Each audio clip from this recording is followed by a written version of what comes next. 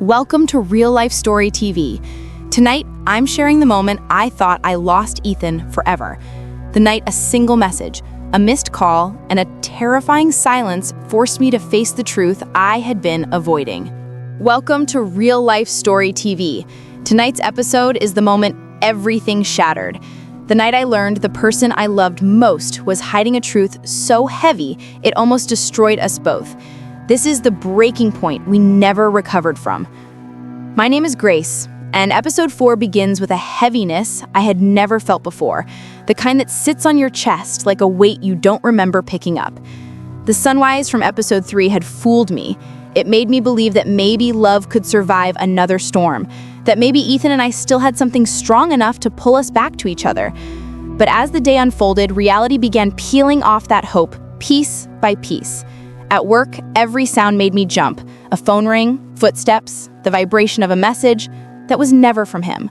I pretended to laugh with coworkers, pretended to type emails, pretended to breathe normally.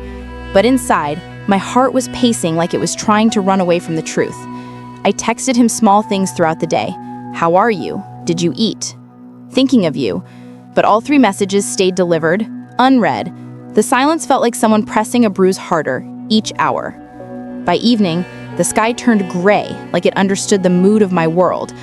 I walked home feeling like the whole city was a reminder of him. The bench where we once sat eating ice cream. The crossing light he used to tease me about because I'd always run before it turned green.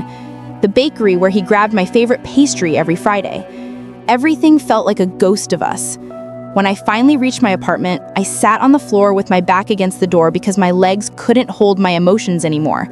When Ethan finally texted at 9:21 p.m., my heart jumped like it had been shocked awake, only to immediately collapse when I read the words, "I need some time to think." Time? After everything? After we both almost fell apart just last night? I spiraled. I called him. No answer. Called again, straight to voicemail. That's when fear started crawling up my spine. Ethan never turned off his phone. Ever. I began pacing the room, whispering his name, like repeating it would summon him. The rain outside grew louder, tapping against the windows like a warning. I checked his Instagram. No updates. His last active time vanished. I checked his friends' pages, desperate, scrolling until my eyes burned. Nothing. Midnight came. Then 1, then 2. I sat on the edge of my bed, hugging my knees because the silence felt like abandonment, like I was being punished for something I didn't understand. At 2:57 a.m., when I was at the edge of collapsing, my phone finally lit up. A long message. My breath shook as I read it. Ethan admitted something I wasn't prepared for, that he had been drowning emotionally long before our recent fights, that he felt invisible in his own life, that every day he put on a strong face for me while hiding the darkness growing inside him. He said he avoided my calls because if he heard my voice, he would break. He said he took a long walk alone to, quote, clear his head. But what scared me most was his next line. I don't feel like myself anymore, and I don't know how to come back. My heart cracked so loudly inside me that it physically hurt. I wrote back paragraphs, whole confessions of my own fears, my own guilt, my own mistakes, but none of them felt enough.